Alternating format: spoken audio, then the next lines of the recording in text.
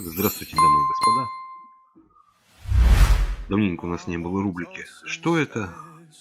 Вы как раз написали тут в комментариях. Ну, давайте и поговорим. Поговорим и про скины. Что это вообще? Для чего они нужны? То есть, когда мы начинаем, у нас есть Адам, у нас есть Сын Лесов, у нас есть Трикси и у нас есть Дух Пустоты. Вот это 4 основных скина, но все в основном начинают играть либо Адамом, либо Сыном Леса.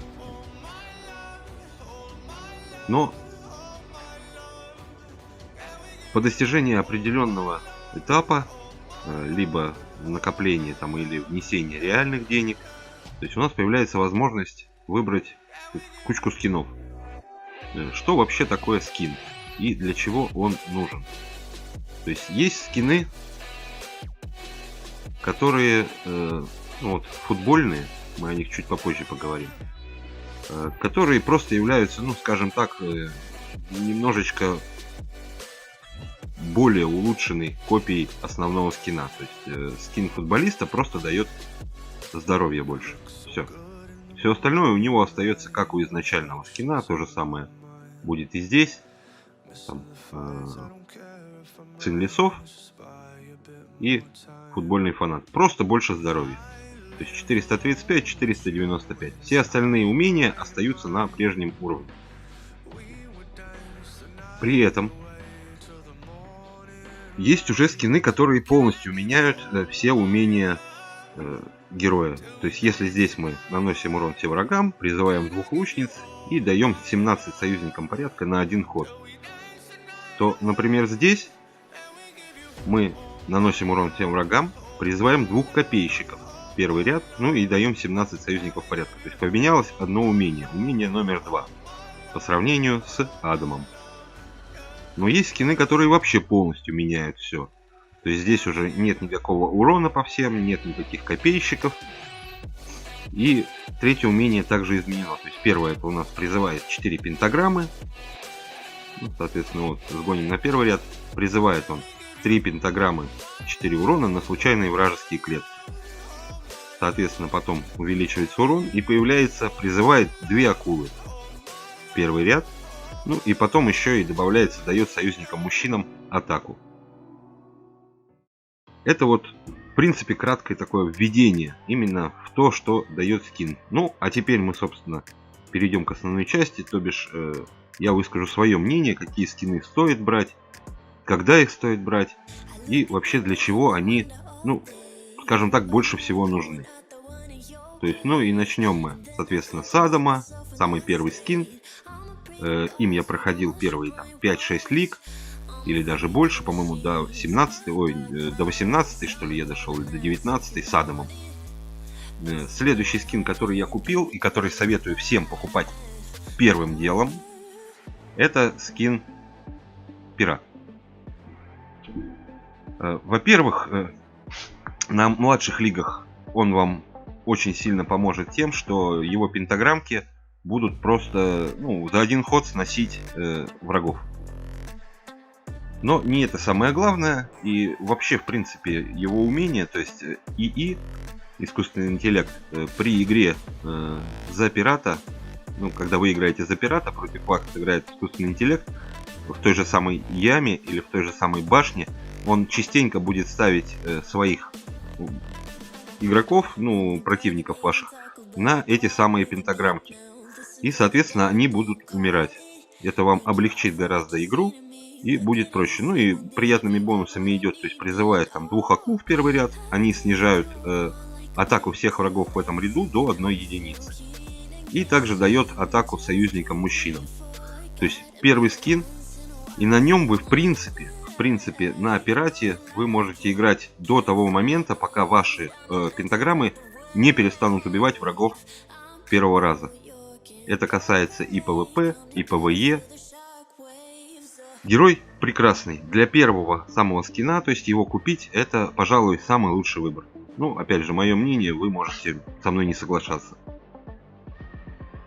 Это что касается пирата, флебустьера Дэйва. Следующий скин после пирата, который я бы советовал покупать, это скин Огр.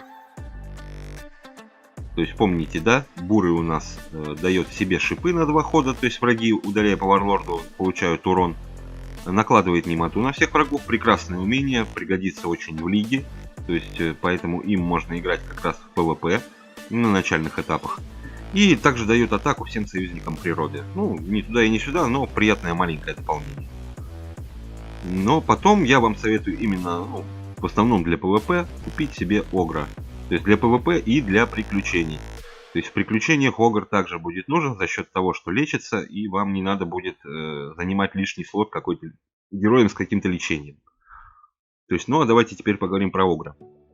Получает в начале хода умение лечит союзного варлорда на 4 хода. То есть, ну в моем случае это 61 единица здоровья. Также накладывает немоту. Здесь у них нет разницы между бурым. Так, Огр. И призывает 3 камня с лечением в первый ряд. То есть камушки поставили, за ними можно спрятать стрелков. Плюс если у вас стоит на повышение там здоровья и прочее, камни будут также получать это здоровье и эти плюшки. Вот. В PvP герой показывает себя просто великолепно. То есть это один из лучших на старших лигах героев для PvP. На младших лучше пират все-таки, как по моему мнению. На старших уже более, ну где-то начиная, наверное, лиги на данный момент там, с 13, с 14, все-таки лучше уже иметь Огра, чтобы спокойно играть в PvP. Ну и третий герой, который в принципе, ну, необходим для покупки, скажем так, на данный момент, это Джимми Рокербой. То есть, опять же, как вы видите, есть Адам со своими умениями, Джимми полностью меняет все умения. То есть, это абсолютно уже другой герой. И он делает вот что. Он призывает 5 рун блока 33 на случайные союзные клетки. То есть, это не как пентаграмма у пирата, которые действуют всю игру. Руны Джимми, они разовые. То есть, вы поставили на эту руну героя, он получил этот блок, если на него кинули немоту, соответственно, этот блок будет снят. И больше на этой клетке уже ничего не будет, пустая клетка. Также он призывает 2 рокербоев. Рокербои, ну, вот у меня 3712 со взрывом. Рокербои это вот такие вот стрелки. Сейчас я вам покажу. Это мини-стрики. То есть также они получают способность, что наносит врагам вокруг цели в радиусе 2 за каждого героя. Вот такие вот рокербойчики. Так, Джимми. Ну и снижает здоровье врагов до 1 единицы. Но до этого еще на самом деле надо дожить. Потому что все-таки Джимми ориентирован на то, чтобы вы собирали под него там, колоду порядка. То бишь, чтобы там был легион. Ну, в идеале, опять же. Чтобы там было там много вот таких вот существ, которые разгоняют легион. Под легиона потом вы, перед тем как поставить легиона, вы выпускаете, соответственно, рокербоев. Они дают еще 2 атаки легиону, плюс сносят там, ну, в идеале пол стола. И все, зашибись у вас. Но если вы этой комбинацией противника не убили того же самого Огра, то у вас могут возникнуть серьезные проблемы и будет очень много шансов на поражение. То есть это герой все-таки такого взрывного урона, и на особо затяжную игру он не очень рассчитан. Но опять же, высказываю свое мнение. Так, это вот мы поговорили о 2, в принципе, ну 3 таких основных героев, но я бы советовал, конечно, покупать вот в таком порядке. То есть мы сначала берем пирата в самом начале, он нам очень сильно поможет. Следующим мы берем, соответственно, Огра, Огр-крушитель. И следом за Огром мы берем Джимми. После этого, в принципе, неважно, в каком порядке вы будете брать своих героев. То есть, возьмете вы потом, например, там, Короля Севера. Он также, в принципе, это как и Адам практически. То есть, он также наносит урон, просто он призывает не лучниц, а 2 копейщиков в первый ряд. И точно так же дает атаку союзникам.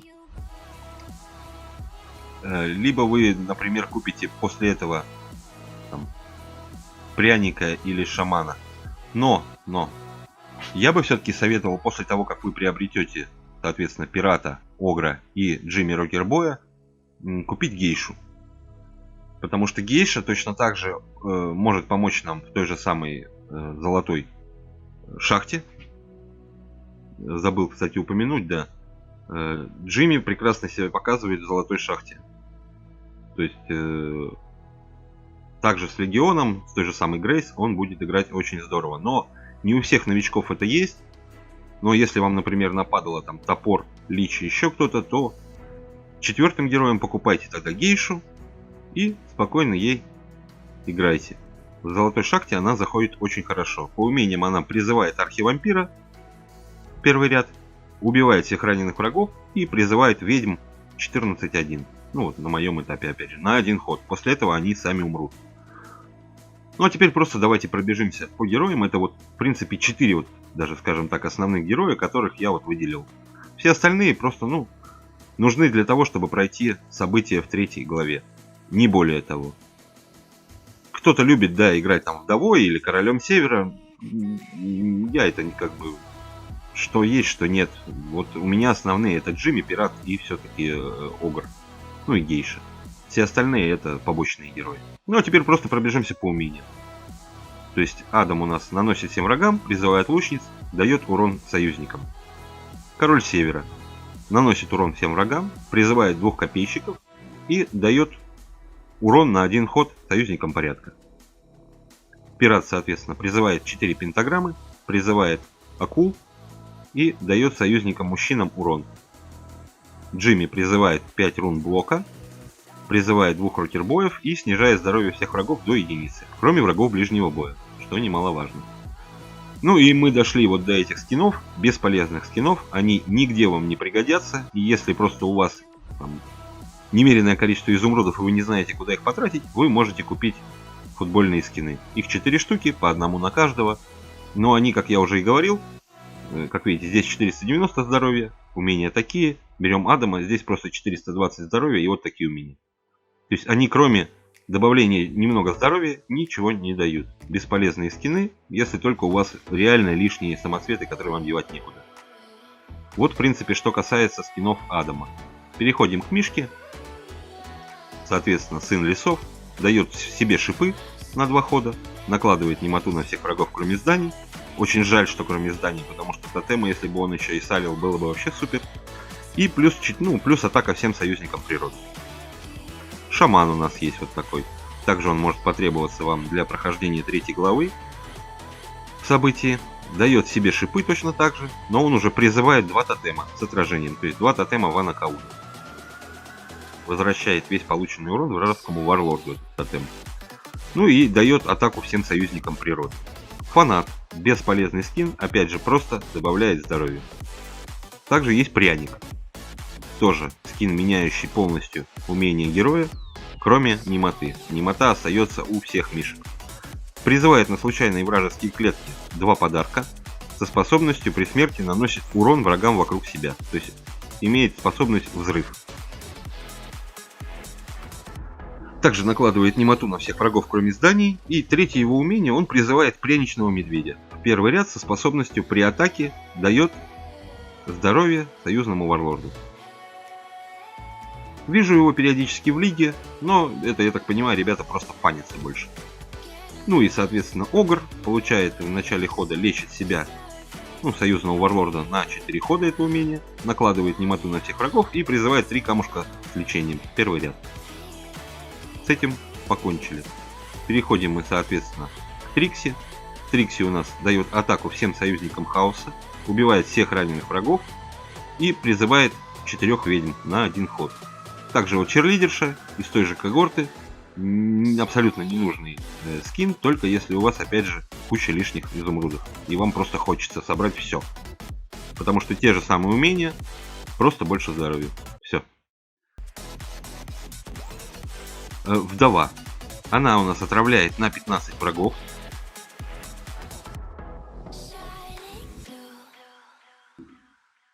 Убивает всех раненых врагов и также призывает 4 ведьм на 1 ход.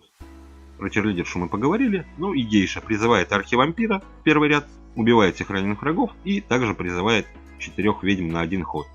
То есть эти ведьмочки через ход умрут. Если их не убьют, то они сами помрут. Так, ну и у нас остался последний собственно, герой, последние его скины, это Дух Пустоты. Замораживает всех врагов на один ход, призывает демона-стрелка с заморозкой и дает атаку союзным стрелкам. Заметьте, здесь он дает ее на постоянку, не на один ход. Следующий у нас скин — это Вестник Тьмы. Уменьшает атаку врагов до 1 единицы на один ход. Призывает также демона-стрелка с уменьшением атаки и дает атаку союзным стрелкам.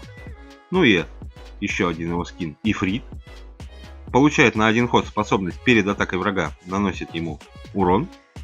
Призывает демона-бойца со взрывом и дает атаку союзникам ближнего боя.